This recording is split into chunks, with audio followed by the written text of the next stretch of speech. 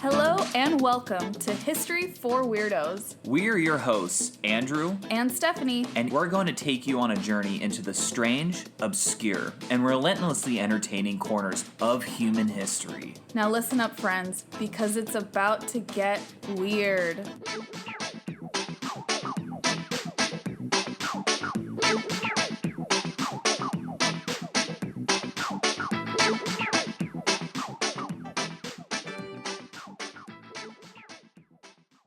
Welcome back, Weirdos! Welcome back, Weirdos. We are here with another episode of History for Weirdos. We are coming to you from the very sophisticated and refined studios of our living room. Exactly. Studio Shangri-La, our living room. Shangri-La, our living room. Yeah. So we cannot guarantee that you will not hear Pericles puppy sounds in the background. In fact, just to set your expectations, you probably should hear Pericles puppy sounds and sometimes bird sounds. Yeah. Even though the bird is at the literal opposite end of the apartment, folks have been funny in messages before, like, I can hear her go like, me, just faintly, me, in the background. Well, I'm really excited to hear the tale that you're going to tell this week. I know a little bit of insight into it because I participated in some of the research. But before we jump in, we want to remind you all that since we've been back from our hiatus, we also have merch. We have merch, baby. Look at this. Andrew is rocking the Kuriyun Wrestling Club. I mean, this is design. Probably like one of my favorite pieces of merch. I love that one. Yeah. Yes. We have various designs. Yeah. And I mean, look at this. That's the Phineas Gage sticker on my water.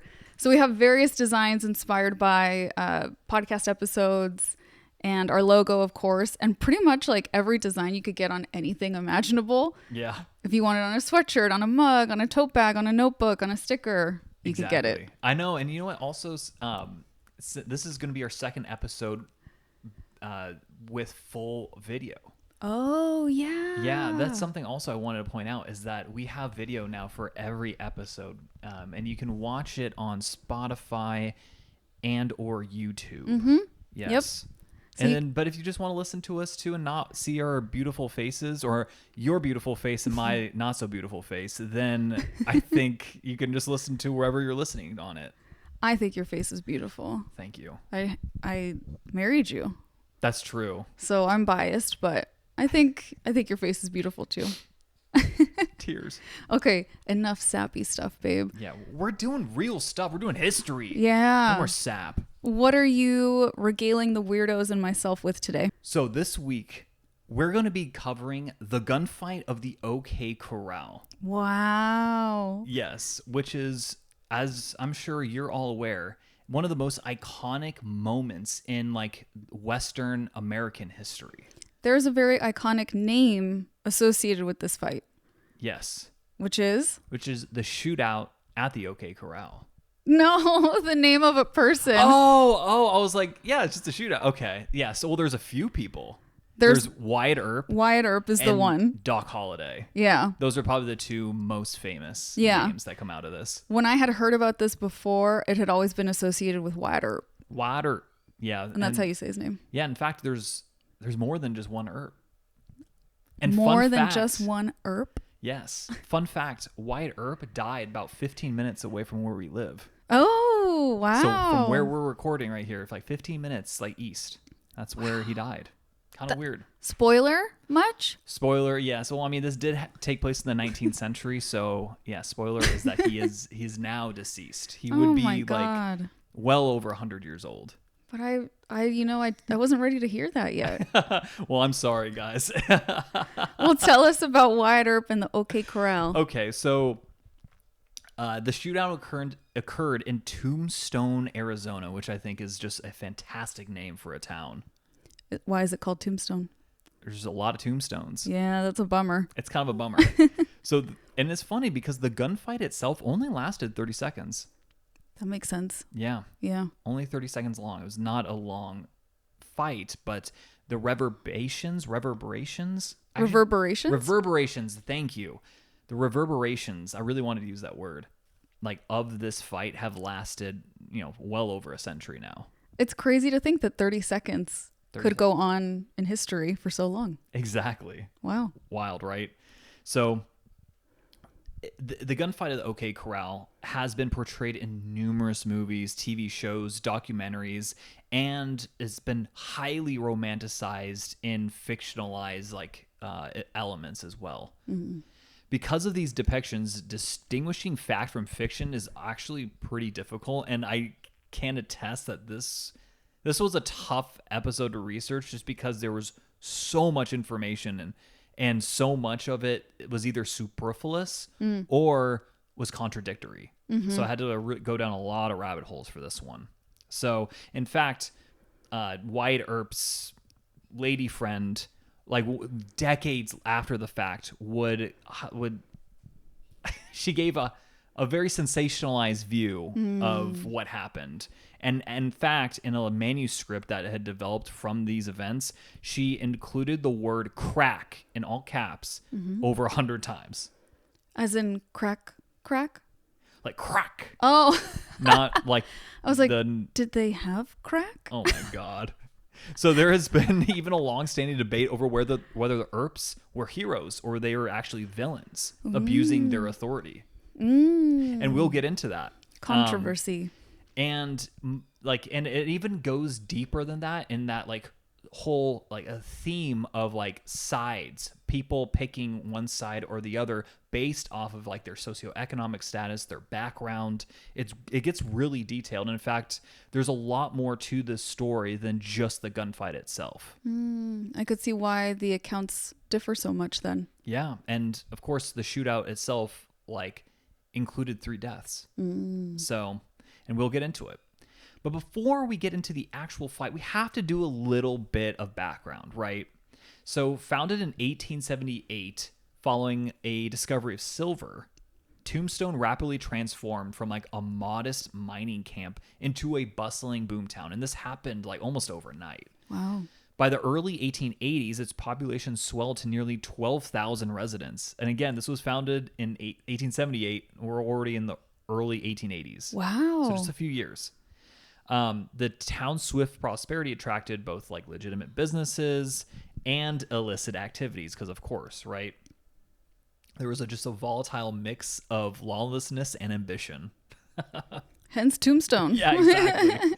The burgeoning wealth also drew the attention of influential financiers like J.P. Morgan, who had invested serious amounts of money in stabilizing their region to protect their investments. Okay. Especially in the silver industry specifically. Yeah. So he wanted it to be safer for him, for his benefit. Exactly. Mm-hmm. So what starts this whole kind of thing in motion is actually a stagecoach robbery, before the events of the actual shootout. Mm-hmm. So it was the night of March 15th, 1881. A Kinnear & Co. stagecoach departed Tombstone en route to Benson, Arizona, carrying a substantial shipment of silver bullion valued at $26,000 in 1881 money. Wow. It's a lot of money. At approximately 10 p.m. near Drew Station, just outside of Contention City, the stage was ambushed by 3 masked assailants. Eli Bud Philpott, the regular driver of the stagecoach, had been feeling unwell and swapped roles with Bob Paul, who took the reins while Philpott assumed the position of shotgun messenger. Incredible job title, by the way. Wow, so one guy always had to be driving, the other guy had to have a shotgun with him. Yeah, kind of just on lookout, which makes sense, right? As the stagecoach approached a curve, a figure emerged, commanding them to halt. Paul responded by firing his shotgun and emptying his revolver at the robbers. Oh, snap. Wounding one of them in the groin. Whew. Ow. The robbers returned fire, tragically killing Philpott and a passenger named Philip Roerig, who was seated in the rear dickery seat. I don't even know what that means. I'm sorry, rear dicky. It's even better. Even better. Despite the chaos, Paul managed to drive the stagecoach to safety, preventing the robbers from seizing the valuable cargo. So it was an attempted robbery, but still the damage had been done. People were dead, and this area is soon becoming known as a lawlessness area. Yeah. That's not good for investments. Exactly. Not good for investments. No. So upon reaching Benson, Bob Paul dispatched a telegram to Deputy U.S. Marshal Virgil Earp in Tombstone, informing him of the attack. Virgil promptly assembled a posse to pursue the perpetrators. I love that word posse, by the way. Mm-hmm. So he enlisted his brothers, Wyatt Earp and Morgan Earp, along with notable figures like Bat Masterson and Wells Fargo agent Marshall Williams. Wells Fargo. Yes, Wells Fargo is a big player in this era, really. I mean, that makes sense that the Stagecoach is their little like logo, right? Exactly. That's crazy, but that's because that's how far they go back. Exactly, yeah. Also, Virgil, I love the name Virgil. It's a great name. That's a great name. If my family could say it, we would name a future child Virgil. Oh my God. I'm not going to say anything. Virgil? Oh, Virgil? boy. I think it would be Virgil in Spanish. It's not one of those words that's rare words that's prettier in English than Spanish. Yeah, so that's going to be a no, but maybe a future cat or something. That's true. We can name a cat Virgil. Can we name him Virgil Earp? Absolutely. Oh my God, what if we get 3 cats? Anyways, so Wait, Coach... listen. Virgil Earp, Wyatt Earp, Morgan Earp. You're literally allergic to cats. That's true. I am allergic to cats. Anyways, moving on. This is too funny. So Cochise County Sheriff Johnny Behan, remember that name. He's important for this. He's kind of a, Behan. And his deputy, Billy Breckenridge, also joined the pursuit. This is going to be like the last time they're on the same side. Okay. With the Earps. So the posse's tracking skills led them to a nearby ranch where they apprehended a guy by the name of Luther King, not Martin Luther King, just Luther King, who confessed to his involvement and identified his accomplices, Bill Leonard, Harry the Kid Head, and Jim Crane, all known associates within a criminal organization called the Cowboys. Dun, dun, dun. Yes. The Cowboys are a gang. They're like bigger than a gang. They're like an organized crime unit. Mm-hmm.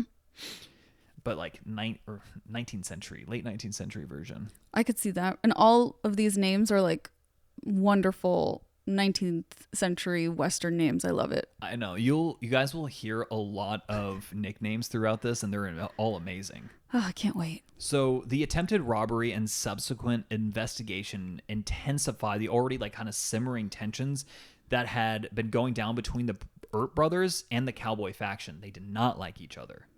I'm not surprised. Yes. Not if the Earp brothers are law enforcement, basically. Exactly. And this included figures, or the Cowboy faction included figures like Ike Clanton, the McClowry brothers, Frank and Tom, and as well as many others. Mm. The Cowboys, notorious for their involvement in cattle rustling and stagecoach robberies, view the Earp's law enforcement efforts as direct threats to their operations. Mm-hmm. Of course, right? Conversely, the Earps were determined to establish law and order in Tombstone, challenging the Cowboys' dominance and illicit activities. Oof. Yes. This adversarial relationship was further complicated by political dynamics like Sheriff Behan, who had often exhibited sympathetic tendencies to the Cowboys. He's a crooked cop. He's crooked, yeah. Mm-hmm. So, I mean, I should be more impartial, but no, he's crooked. Yeah. He's crooked. So that stinks because he's supposed to be on the Earp's side as they take on this huge criminal organization, but it doesn't sound like he's going to be. Yes, and he's the county sheriff. So it's that's a big deal. You have also like there's a lot of themes here, and we'll get to it at the end, but it's really interesting. It's again, the story's a lot deeper than just a simple shootout. Of course it is. Of course it is. It's history for weirdos, baby. So, following the stagecoach robbery, tensions between the Earp brothers and the Cowboy faction intensified even further. Right? Mm-hmm. It was bad before, and now it's even worse. The Earps, particularly Wyatt, are the kind of the main character of the story, more or less. Wyatt Earp, baby. He suspected members of the Cowboys, including Ike Clanton, who was like a ranking member of the faction, of orchestrating the robbery. The situation was further complicated by the involvement of prominent financiers like J.P. Morgan, right? Who did not want these things happening. He Right.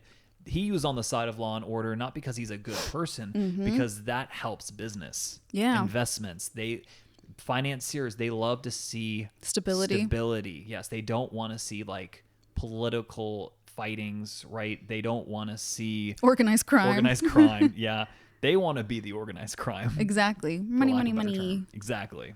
So let's get to the evening of October 25th, 1881. Ike Clinton and Tom McClary, they arrive in Tombstone ostensibly to sell cattle that they had stolen. Not chill. Not chill, man. Not chill. However, their presence in town, coupled with reports that other cowboys, including Frank McClary, Billy Clanton, and Billy Claiborne, were en route to join them, raised alarms amongst the Earps. So undercover Wells Fargo agent Fred Dodge informed Deputy City Marshal Morgan Earp of the cowboys' movements, prompting the Earps to prepare for potential trouble. Okay. Later that night, a heated confrontation occurred between Doc Holliday and Ike Clanton at the Alhambra Saloon. The argument escalated, with Clanton threatening to confront Holliday the following morning. Wyatt Earp attempted to defuse the situation, but Clanton remained resolute, stating, quote, "You must not think I won't be after you all in the morning." End quote. Damn. So basically a threat on their life. And I didn't really introduce Doc Holliday earlier, but he was a friend of Wyatt Earp's for the last few years. It's a whole backstory, but they're buds. It's a good backstory. It is a good backstory, yeah. Okay, fine. I'll just get into it really fast. I mean, just really quickly, like, Doc Holliday saved Wyatt Earp's life. Like, not in Tombstone. It was another town, and they kind of just traveled together. Also, he's called Doc because he's literally a dentist. He's a doctor. He is literally a doctor. He's a doctor of teepees. But what's he doing in Arizona? Arizona? Oh, that's right. I didn't even get into that. Yeah. I didn't even write any I told notes you it's a about good that. backstory. It is, yeah. He has, oh my God, I'm blanking. What is the disease? Tuberculosis. Thank you. Yeah, he has tuberculosis, and so he went to the Arizona desert to like the dry air because he thought it would help him. And I guess it does, but That's pretty much one of the only interventions they had. We have a whole Yeah. episode on tuberculosis, That's Weirdos, true. if you're interested. Also known as consumption, which I died of in a past life, which I think we get into in that episode a little I bit. think we do. Yeah. It's amazing. Maybe that's why I'm so keen towards Doc. But yeah, he's there. Like, he was an upstanding gentleman. Like, he's well educated. He comes from a wealthy background. And he's just like a scoundrel now. Yeah, he's a professional gambler. Yeah. Which in Tombstone is a profession. Like, it's actually a profession at this time. Like, it's not like now, right? Yeah. Isn't that crazy? Now, a professional gambler is just on Wall Street. But Exactly. No, he like his whole thing is like gambling, drinking, partying. Yeah. And he's an amazing shot for some reason. Yeah, he's an incredible shot. I don't know why that would like. You know a lot about Doc Holliday. I'm actually really surprised. Yeah, I told you I feel keen towards him. Maybe That's because true. we, same illness. Same illness, baby. Okay. Well, that was the eve of the fight. We're going to October 26, 1881. This is the day of the gunfight at the OK Corral. Where tensions are really high on like multiple levels. Yes, tensions have reached boiling point at this time. So reports indicated that the cowboys were gathering near the OK Corral, armed and ready for a confrontation. City Marshal Virgil Earp, accompanied by his brothers Wyatt Earp and Morgan Earp, as well as Doc Holliday, decided to disarm the group to prevent violence. And it's really interesting because the movie Tombstone actually has a very accurate account of the shootout. They had a historian on set who specialized with like this time period and especially the shootout, and a lot of like what happens actually did happen. That's so cool. Yeah, it's like I was reading the accounts and I was like, wait a minute, no, this is exactly like how it's described or how it's shown in the movie. That's so interesting because for some reason it's really rare for movies to actually go with like the historical account. I know. But the historical account's always so cool. It's always so cool. I know. I mean, of course we're biased, but it's really funny. we had a professor, one of your old professors that we were talking to. Oh, yeah. The Gervs. Mm-hmm. Professor Gerval. I hope he didn't hear that. Anyways, he was saying that he was brought on as a consultant for a film once, and he was like, actually, like, none of this is right. Like, this is how, like, I think it was like late 1st century BC Roman stuff. And he's like, this is actually how it would have worked out. And they just completely disregarded everything he said. He said he didn't mind though because he get paid anyway. Yeah, exactly. I do remember him saying that. Yeah, I got paid. But anyways, but why pay someone if you're going to disregard them? That's also true. That's so weird. It's so dumb. Yeah. So let's go back to the story. It's 3 p.m., October 26, 1881. The Earps and Holliday, they now are walking up to confront the 6 cowboys that are there. There's Frank and Tom McClary, Billy and Ike Clanton, Billy Claiborne, and Wes Fuller. So 2 sets of 2 brothers. Okay. And then Billy and Claiborne and Wes Fuller. There's actually 2 Billies here. Oh Billy my gosh. Clanton, Billy Claiborne. Okay. So, and they are confronting them in a vacant lot that's adjacent to the OK Corral. It's a little bit of a misnomer. None of the shootout actually took place in the OK Corral. It was just like right around it. Okay.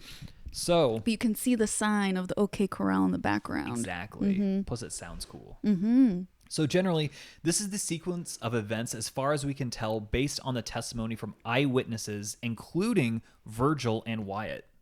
So about 30 minutes even before this happened, Sheriff Behan had actually, quote unquote, disarmed the cowboys, or so he told the Earps, and the Earps weren't expecting a gunfight, at least according to them. Wow. So when Virgil saw the cowboys, he testified he immediately commanded them to, quote, throw up your hands, I want your guns, end quote. Virgil and Wyatt both testified they saw Frank McClary and Billy Clanton draw and cock their single-action 6-shot revolvers. Oof. So Virgil yelled at this point, hold on, we don't want that, which we see in the film. Mm-hmm. Meaning that they just didn't want to fight, obviously, right? Mm-hmm. Just to spell it out. No one is certain who shot first after that point, but there were 2 shots that went off almost simultaneously. Ooh, interesting. Yeah. Most likely, Billy Clanton was one of the men who shot first, and Virgil probably responded in kind with the second shot, like immediately after. Right. Which actually killed Frank McClary. Oof. Tom McClary hid behind his horse, but Doc Holliday drew his double-barreled shotgun, stepped around the horse, and just blasted him. Oh, my God. Yeah, which we do kind of see in the film as well. Yeah.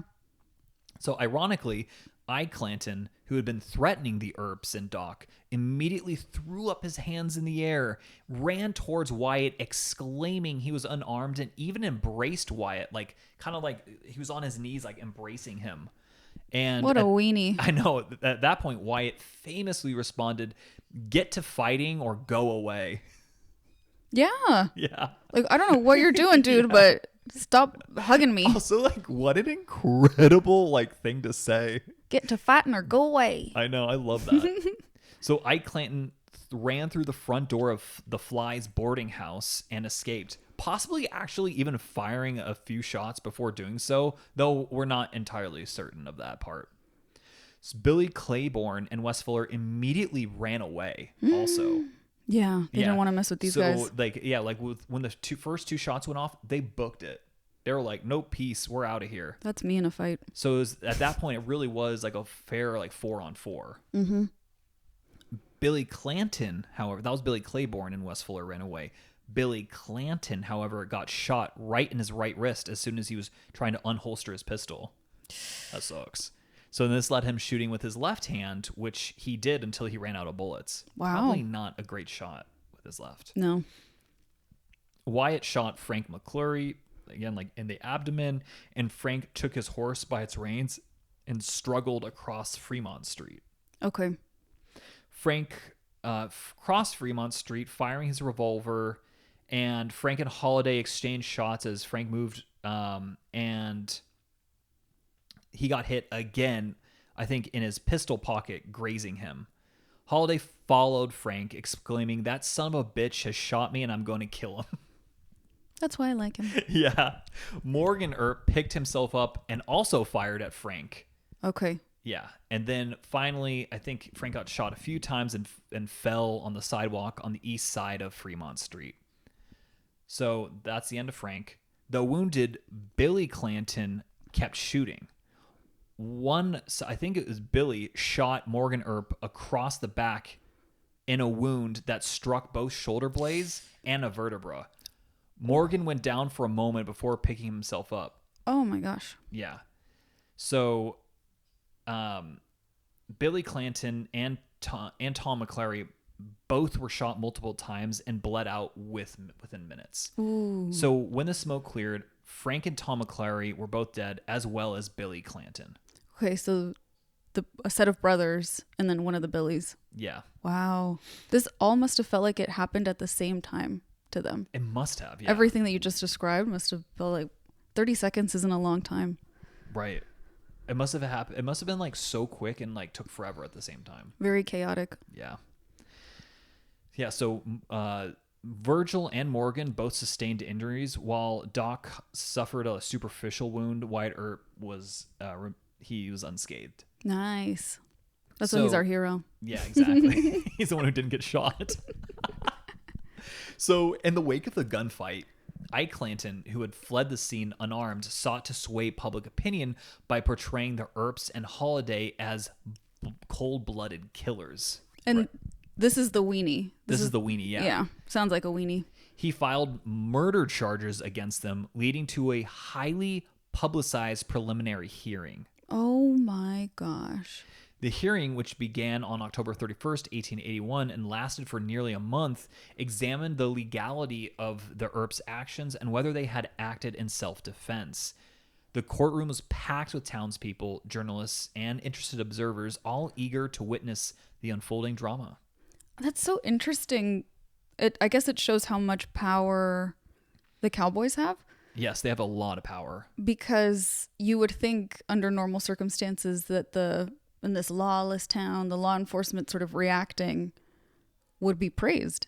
Right, but you got to remember too that like Sheriff Behan, he's on the side of the cowboys. That's and right. He's the county sheriff. That's right. So there is law enforcement split between like the different levels, right? So like Virgil is a U.S. Marshal, also kind of like a deputy sheriff as well. Like it's really muddled. Okay. And and that's why it's so hard to kind of like look into this, because it's very muddled. And then there's the themes of people being like attached to one side. Mm-hmm.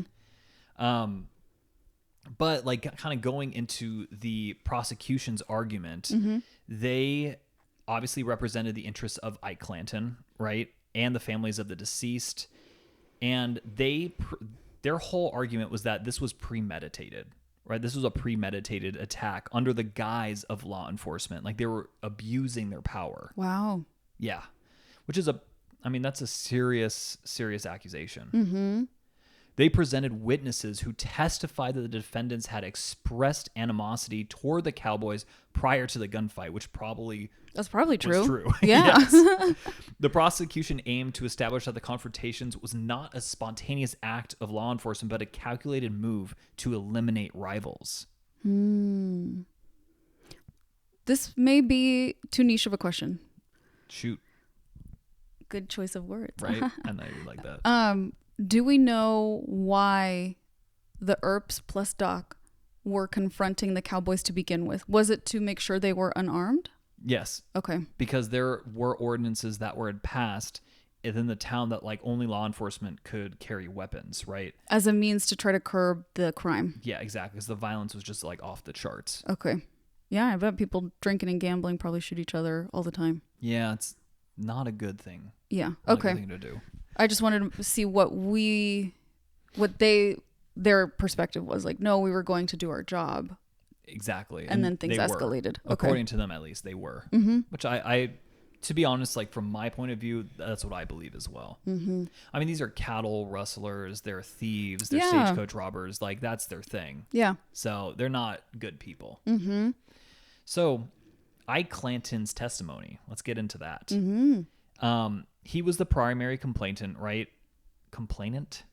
I've actually never heard that word spoken out loud. I think complainant. Yeah, complainant. He testified that he and his associates had no intention. His associates? Associates. Uh-huh. They had zero intention of causing trouble. None. We just wanted to sell our stolen shit. Yeah, exactly. What's wrong with that? What's wrong with that? We wanted our guns and we wanted to sell our stolen stuff. Yeah. And so he was just his whole thing was they're going about carrying on their business. They're not causing trouble. And they were unfairly targeted by the Earps and Holliday. And he painted a picture of the cowboys as victims of a vendetta. Wow. A vendetta. They're the victims. Exactly. They're the victims. Several bystanders provided conflicting testimonies, however, regarding the events leading up to the gunfight. Some corroborated the defense's claim even that the cowboys were armed.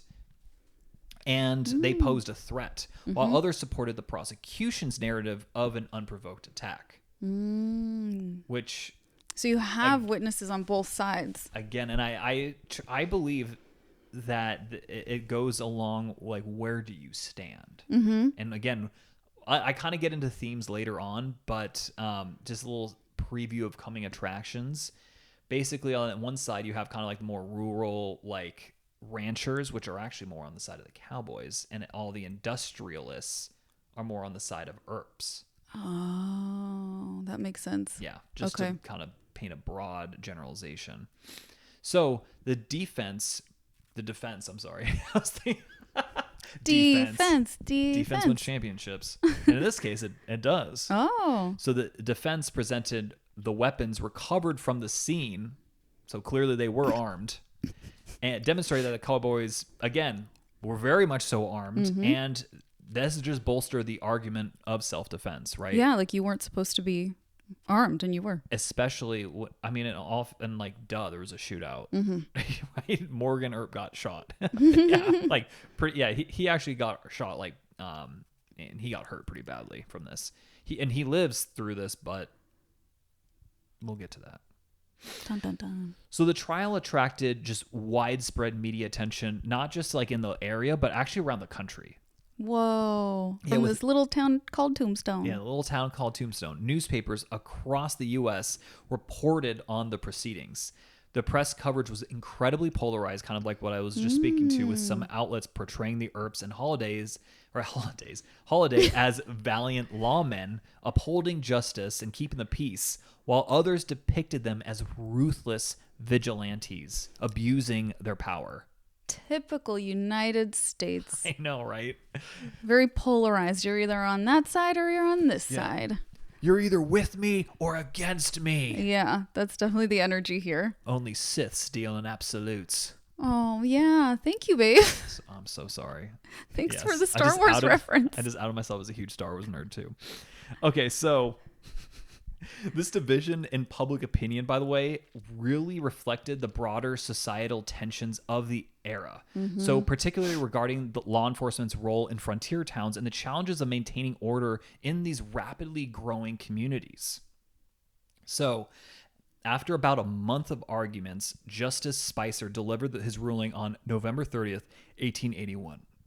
He concluded that the Earps and Holliday had acted within their duties as lawmen and that there was insufficient evidence to proceed to a full trial. Okay. So Spicer's decision effectively exonerated the defendants in stating that their actions were indeed justified. Okay. Nice. So despite this legal victory, though, the Earps and Holliday faced ongoing hostility from the cowboys and their supporters. The ruling did little to quell any animosity, of course, in Tombstone, and the threat of retribution was very, very imminent. Yeah, I'm sure. This had like I said, this had national implications, and we'll go into it more, but even President Chester A. Arthur was made aware of this shootout. Ooh, whose side was he on? Oh, the Earps, of course. Oh, duh. Yeah. Darn it. I hate that I'm on the same side. I don't want to be an industrialist. Yeah, you're on this side of the industrialist. No, but I'm not. I'm not for the Industrial Revolution. I know. I was like, but I actually support like the rural people, like in general, more. Yeah. Rather than the industrials, because I feel like they're just like late 19th century version of corporatists. Yep. But in this very specific instance, no, I'm on the Earp side. Yeah, they were just like doing their job. Okay, why was Doc with them? Doc's not law enforcement. He was deputized. Like Yeah, 2 minutes before? He's literally, he's literally just like, he's just there for the ride. Because he's Wyatt's best friend. He's Wyatt's like bud. Like they are buds. That's so cute. That's like you and Perry. Oh my God, it's my dog. Our dog. Yeah, that's our dog. It's my son, your dog. Yes. So this ruling pissed off the Cowboys. Right? I'm sure. They felt emboldened to regain their influence in Tombstone. So literally just a month later, right after Christmas, December 28th, 1881, Virgil Earp was ambushed and severely wounded by unknown assailants, but of course, like they're believed to be like connected to the Cowboys. Virgil, no. This left him permanently disabled. Oh my gosh. Yeah. And subsequently, on March 18th, 1882, so another like 3 months after the fact, roughly, Morgan Earp was assassinated while playing billiards at Campbell and Hatch's saloon in Tombstone. Wow. Just playing billiards and someone shot him through the window. So they permanently injured one brother and killed the other. Yeah. Ooh. Wyatt Earp's going to be mad. Wyatt Earp's going to get big mad. Yeah. So this begins like what's known as Wyatt Earp's vendetta, or just simply the vendetta. Yeah. Yeah. It's his hero's journey has begun. Yes, or is like even his like slight villain origin story. His villain era. Yeah, he becomes a little bit of a villain here. Cool. Yeah. Yeah, he's like, no, I'm not about this. I'm not about this. So this really pissed him off. Clearly, right? Disillusioned with the legal system's inability to protect his family or to bring the perpetrators to justice, right? Because we don't even know who's even doing this, like who's actually doing it, right? Mm-hmm. We know it's the Cowboys, but who? We don't know. Wyatt assembled a posse, included trusted allies like Doc Holliday, baby. His bestie. This group embarked on what became known as the Earp Vendetta Ride, targeting those they held responsible for the attacks. Their actions operated technically outside the bounds of the law, marking like a shift from lawmen to quasi-vigilantes. Whoa. He's operating in a gray area here. Okay. For sure. Because it's not outright vigilantism, because he kind of does have like the badge, right? So like Wyatt did, he telegraphed a U.S. Marshal, Crawley Drake, requesting an appointment as a deputy U.S. Marshal for like Eastern Pima County and the authority to form a posse. And that happened after Virgil got shot, but before Morgan was assassinated. So but they're going after people that are kind of unknown, right? They don't have like actual evidence, but they're just using this as kind of like a veneer to go after these people. So again, very gray area. Yeah. So the members of this posse included Wyatt Earp, of course, as well as deputized members Warren Earp, who's another Earp brother who's coming into the picture. There's another Earp brother? Yeah. Oh my gosh. And like we don't talk much about him like in this. He's just kind of here for the ride, and then we're like done. That's so many brothers. Yeah. I think there's even more. So there's Warren Earp, there's Doc Holliday, there's Sherman McMaster, there's Jack Turkey Creek Johnson. Turkey Creek? Yeah. Hairlip Charlie Smith. Hairlip. And then Daniel Tip Timpton. And then my favorite, John Texas Jack Vermillion. Wow. I love these names, man. I love them. I wish people had these names now. Right? Could you imagine? Oh, I want a name like that. I know, right? So let's go to March 20th, 1882. So this is only 2 days after Morgan's death. 2 days. The Earps escorted Virgil and his wife to the train station in Tucson, Arizona to like get them out of Dodge. Yeah, if he's unable to help. Yes. He's a target. There, they encountered Frank Stillwell, who was a known cowboy and he was also a suspect in Morgan's assassination. A suspect, but not confirmed. Okay. Wyatt and his posse pursued Stillwell, ultimately killing him near the train tracks with a shotgun blast to the chest. Well, that'll do it. Yeah, they did this, I think, in cold blood, just like straight up like, nah, dude, screw you. Wow. Yeah, unplanned, but they took the opportunity. Exactly. So Wyatt and 5 other federal lawmen were indicted for murdering him. And Tucson Justice of the Peace, Charles Meyer, even issued warrants for their arrest. What? I mean, yeah, they did murder him. Yeah. I'm shocked, but I'm not shocked. Yeah. So here's where it gets a little interesting, a little spicy. Because like the Earp posse after this comes back to Tombstone, and Sheriff Behan receives a telegram from the sheriff of Prima County asking him to arrest the members of the Earp posse. He gathers his deputies and Tombstone's city marshal Dave Neagle. The men met at the door of the Cosmopolitan Hotel, preparing to arrest Earp and his posse. The heavily armed Earp lawmen passed through the door of the Cosmopolitan Hotel on their way to pick up their horses from Montgomery's stable. It's at this point that Behan says, "Wyatt, I want to see you." Without stopping, Wyatt replied, "You might see me once too often."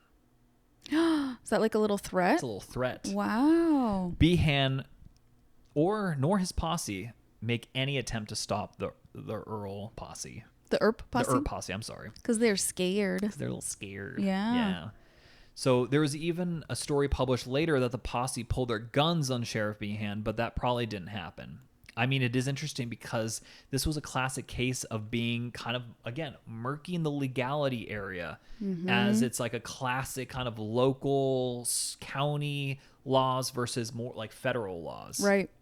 Because again, this isn't even a state yet. This is Arizona territory. Oh, that's right. That's Yeah, right. so it's purview of federal law. Now back to Behan. He was pissed. He was real big mad. And he formed his own posse. Everyone's having posses these days. Yeah, of course. And that consisted of a number of deputized cowboys, friends of Frank Stillwell and Ike Clanton, including Johnny Ringo, Phineas Clanton, Johnny Barnes, and about 18 other men. Wow, that's a big posse. Yes, it was much larger than the Earp posse. Yeah. So the vendetta ride continued with a series of confrontations.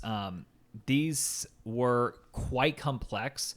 So in order to kind of like speed everything along, I'm just going to quickly summarize like what happened with each of these. So I love it. There was Florentino Indian Charlie Cruz. What? That's the guy's name. Okay. He was killed near Tombstone on March 22nd, 1882. So that was only 2 days after Frank Stillwell was killed, 4 days after Morgan was assassinated. Oh, so this is all happening quick. Yeah, it's happening quick. Whose side was Florentino on? So this guy, he was a cowboy. Okay. Yeah, and then the 2 others that happened were also cowboys. Okay. So then 2 days after that, a notorious cowboy leader by the name of Curly Bill Brokius, he was killed during a gunfight at Iron Springs, March 24th. Okay. And then in that same day, Johnny Barnes also killed during that same encounter. Oh my gosh, they're picking them off. Yeah, they're just picking them off. So yeah, these targeted killings were part of Wyatt's strategy to completely dismantle the cowboy faction and just obliterate it from its existence. Yeah. Right? Almost using like guerrilla warfare in a way. But they're now being followed by a much larger posse, and they had to flee Arizona territory altogether. Oh my gosh. So yeah, they're kind of like on the offense for a few days, Okay. really. And then now they're like, oh shit, like I gotta skedaddle. So they made their way to Albuquerque, New Mexico. Okay. And this is where it gets a little weird because Wyatt and Doc have a giant fight. Like they're pissed off at each other. And they part ways. What? Yeah. I wonder what they fought about. It's bad. I'm not even going to repeat it on the podcast, but it's really like bad. Oh. Like there is scandalous. Are you going to tell me later? Yeah, I'm going to tell you later. Okay, Yeah. cool. I don't even want to put it on the podcast because it's you could say it's like racist in a way. Oh. Yeah. Yeah, tell me later. I'll tell you later. But yeah, and it's not important for the story. It's just that they split up. They have a big fight, it's split up. Exactly. So from here, the posse sans Doc make it all the way to Colorado. Oh, wow. Yeah, so they get way out of Arizona territory. But the search for the remaining cowboys at this point kind of fizzles out, and the Earp posse more or less comes to a close. There's also some business of posse members being arrested in Colorado, but the governor of the state actually refused to extradite them back to Arizona. Good. Yeah. And I'm also happy to say that Behan loses a ton of support during this time. One writer of the Arizona Sentinel wrote, quote, "There is no hope for any honest man to get justice here against these scoundrels as long as Behan is in office," end quote. It's so true. And it's very true. I completely agree. It's like they're untouchable while Behan's here because he's their buddy. Exactly.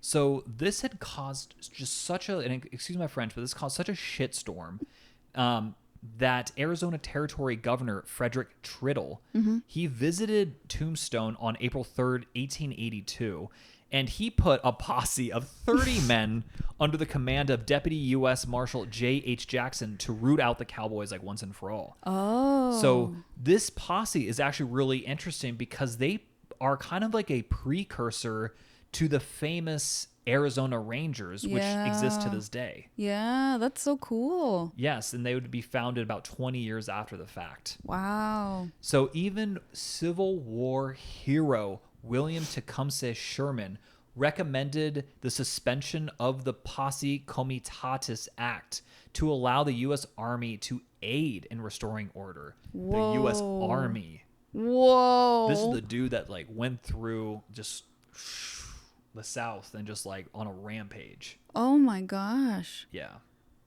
I mean, we named our World War II tanks after this guy. General Sherman? Yeah. Sherman tanks, yeah. There's a tree named after him. I didn't know that, actually. In the Sequoia National Forest. Oh, that one. Actually, dude, yeah, he's a big boy. Yeah. He's a big boy.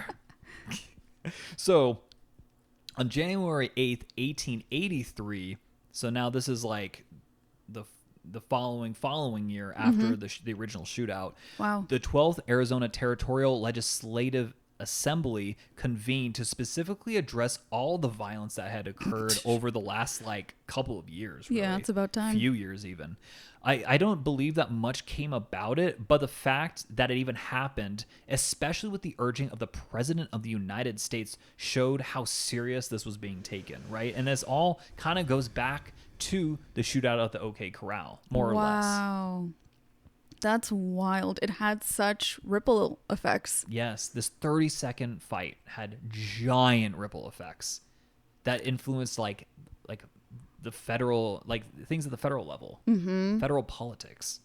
That's so interesting because obviously for the Earps, it became so personal too. Yeah, that's true. It's just like their family story, but also like the nation story. It really is. And now it's like you can't talk about like the Wild Wild West without talking about the shootout at the OK Corral. Yeah. Like it would just be they're like synonymous. Incomplete. They're synonymous. I mean, I literally wrote in my notes here, it is interesting how such a small event can release a chain reaction that can plummet an entire area into chaos because that is exactly what happened. Wow. Yeah. We were thinking kind of the same thing. Yep, exactly. So sure, tensions had been boiling before that point, but this was definitely like a defining moment in not only Arizona lore, but the entire American like wild, wild west. Yeah, no wonder people were so captivated. Yeah. And like I alluded to earlier, there were bigger themes at play here. The shootout had happened less than 2 decades after the conclusion of the American Civil War. That's very recent. Exactly. So there was still like looming in people's minds like this giant conflict. And in fact, many of the cowboys were from the South and were Confederate sympathizers. Oh, that kind of makes sense. Yeah. Many of the ranchers, their brand. Exactly. Many of the ranchers and cowboys who lived in the countryside were very resentful of the growing power of industrialists from northern states who increasingly influenced local politics and the law in the county. right? The ranchers largely maintained control of the country around Tombstone, in large part because of the sympathetic support of Sheriff Behan, who obviously favored the cowboys and rural ranchers. So in essence, like kind of like when the shootout happened, you had two sides that really hated each other and rallied behind their prospective heroes, regardless of what was right and what was wrong. Right. It depended kind of on your political views. Exactly. It was a sort of tribalism, right? And we see that even today in For national everything. politics. It's like you're either with me or against me, and it's like, what happened to nuance? You know? Yeah. So the industrialists and federal government obviously supported the Earps, whilst the local ranchers and more rural folks again supported the cowboys, like I kind of alluded to earlier. And that was kind of the larger themes at play. But like what happened? What happened to everyone after this, right? Yeah. Let's get into it. So let's start with Wyatt. So Wyatt Earp would actually make his way a few decades after the shootout to Los Angeles. That's where we are. Yes. That's where I'm from. Yeah. And get this, he worked in conjunction with the LAPD. What? Like early 19th century LAPD. That's so cool. Yeah, so like Wyatt Earp worked for like the like Los he was like a Angeles Police consultant or Department. something. He had an interesting job. So he, quote unquote, worked outside the law, mainly retrieving criminals from Mexico. And bringing them back? Yeah, bringing them back to LA. Oh, Like he's kind of like a basically bounty hunter. sort of, yeah, like an international extraditing bounty hunter. Wow. Which, by the way, that's super illegal. Yeah. You can't just like go into Another sovereign country. Yeah. another sovereign state. Yeah. Like, that's crazy to bring back criminals. No. So I see what he was doing was once again in the gray area. Exactly. He's up. I mean, that's more like in the red. Wow. Yeah, that's like. I'm very surprised. Yeah, like LAPD would not do that today. Yeah. Like yeah. that's crazy. That is crazy. And funny enough, so like, you know, he did that for a while. I mean, he had a bunch of odd jobs, kind of bounced around, right? One of the things he did was he became a film consultant for some early Hollywood pictures, like the 1916 movie The Half-Breed, as well as many others. Wow. Yeah. Which is wild because his story would be portrayed in a very famous movie. Exactly. Isn't that wild? So interesting. Like well after his death. Yeah. So he would be the last, not only surviving Earp brother, but he'd actually be the last surviving participant of the shootout at the OK Corral. Really? Yeah. He finally died on January 13th, 1929 at the age of 80. Again, just like 15 minutes away from where we're recording this episode. I love how you said finally died. He finally died. Couldn't wait to get rid of him. Everyone else died like way before him, and he lasted like a very long time. My abuela was alive. That's insane. Yeah. That's insane. Yeah. So that was Wyatt. Let's go to Virgil. So Virgil Earp would become a private detective, work for the railroads, and also return to formal law enforcement as well.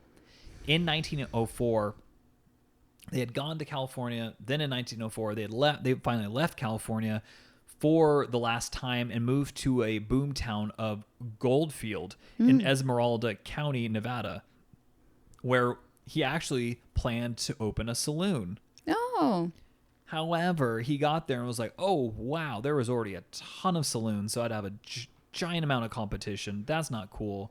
And he also realized, oh, I don't have the money to even do this. Yeah. That's probably something you should figure out beforehand. But I feel like that's exactly how I would figure it out. So he took up gambling, which again was an honest profession like at this time. Unfortunately, though, he had never fully recovered from his past injuries, right? He was partially immobilized because of the shootout, or I'm sorry, because of his attempted assassination. Oh, yeah. And he actually ended up dying of pneumonia on October 19th, 1905 at the age of 62. Oh, that's Yeah. sad. People died of that all the time, though. I know. That's so sad. What's even worse is Doc. He succumbed to tuberculosis at the age of only 36. I mean, you couldn't live with it long. No. And he died on November 8th, 1887. It's interesting, though. I mentioned his nemesis, longtime nemesis, Johnny Ringo. He died under mysterious circumstances, and it was long believed that he was killed by Holliday. And in fact, that is the stance that the movie Tombstone takes. You're right. Because this guy, Johnny Ringo, was found with a bullet wound in the side of his head, but it just didn't seem likely that he had actually killed himself. Oh, wow. Yeah. I mean, Doc had nothing to lose. He was a dying man. Yeah, exactly. So. Can you... Okay, I know you're going to tell me later, but did Doc say something kind of racist? Yeah, it was Doc. Oh, how dare he do that to me? It's pretty bad. We are no longer friends. We are no longer buddies. Well, maybe you could just tell him, like, hey, that's not cool. Yeah, I'm sure that'll work. Did he and Wyatt ever make up? No. Wow. Yeah, I know they have that in the movies, but no, they don't. Wow. Not that we know of. Right. Yeah.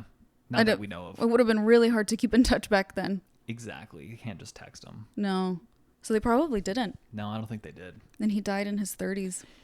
He died in his 30s. And so, yeah. And like, I think it's really interesting because none of them have really great endings. No. They all, I mean, even Wyatt, he lives a long time, but he kind of like bounces around like from obscurity to like doing these odd jobs. And He's drifting. He's drifting. The cowboys, a lot of them die pretty shortly after in unrelated accidents. Like one of the guys that was one of the main suspects in Morgan Earp's assassination was killed by a lawman, like in a completely separate incident, just like a year or two later. Okay. As well as a lot of other ones just dying pretty shortly after. I guess that, honestly, this sounds so silly, but that is what happens when you make violence, regardless of the reason, such a big part of your life. Exactly, yeah. You're probably not going to have the happiest life.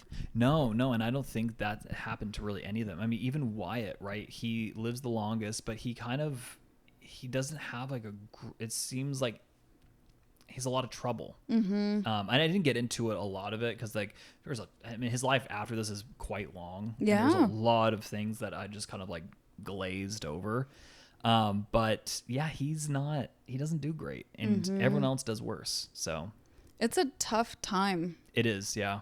It is a really, really tough time. And there is that very real tension that you mentioned of like, people could sense the world was changing. Yeah. And we're kind of in a similar state, and it's very unsteady ground. Exactly. To be on, of like, oh, things are going to be really different. Yeah. I don't want to get into it too much, but I feel like that's what's happening right now. Yeah. It's interesting. Like there is a shifting of, and you're right, like, and there was a shifting away from like the old world that they had known, right? The late 19th century brought along a lot of advancements, right? And exploitation. And exploitation, yes. And we do see that today in different ways, but still those themes I think are very ever present. Yeah. And you kind of like in the micro of looking at just Tombstone, right? There's so much wealth that could be had, and in an area where like, you know, being a good person was not held in high regard. So you have like explosion of, you know, when you mix greed with like lawlessness, you know, you're going to get a lot of violence. Yeah. And that is exactly what happened. And that was kind of the backdrop of, you know, the shootout at the OK Corral. Wow. Yeah, like it really was much, much deeper than just, you know, these guys going at it. A very tumultuous time. Yeah, kind of like, yeah, you throw in greed, you throw in like, yeah, again, lawlessness, you even throw in competing like interests, right? Even within the government itself. And you get this. Yeah. Where like, you know, most people's lives are made worse. I would say so. Yeah. There's a lot of collateral. Exactly. Yeah, but there you have it. That was, you know, the shootout at the OK Corral and its consequences. Whoa. You gave us such an in-depth view of that story that I think gets really, this time period and these characters get really heavily romanticized. Yeah. But you gave us like a real look at what was going on. Yeah, I wanted to try to be as like balanced as possible and really just try to give like a holistic point of view. You know, it is interesting too, because when I was doing my research, I noticed that there was a stark difference between like who Wyatt Earp and the Earps actually were versus like how they're portrayed in Tombstone. Like they're a lot more nuanced, right? They're not like in Tombstone, they're portrayed as like the good guys, right? They're the good guys and the cowboys are the bad guys. And like generally that's kind of where I fall in line as well, but it's not as clear cut. Like there very well could have been, you know, they were, and you especially you look at the events outside of Tombstone, like before and after, like they were self-serving. You know, not necessarily that's bad, but like, you know, they're not like they're not these great heroic like noble figures. They're people. Yeah. And people are messy. People are messy, and that included the Earps. That's why I have a job, because people are messy. That's true. Well, thank you so much. I loved hearing that from you. It's a time period that I usually love. Yeah. So I liked hearing it from you, which I'm sure you feel the same. I think you've said when I do more ancient stuff, it's like interesting. Oh yeah, your Potbelly episode, I loved it. Oh, I'm so glad. Yeah. Well, I loved this one. Thank you so much, babe. And thank you, Weirdos, for listening to this episode. If you liked this episode, please share it with a friend who you think will like it as well. That really helps the podcast grow. And I guess until next time, Weirdos. Until next time, Weirdos. Adios. Adios.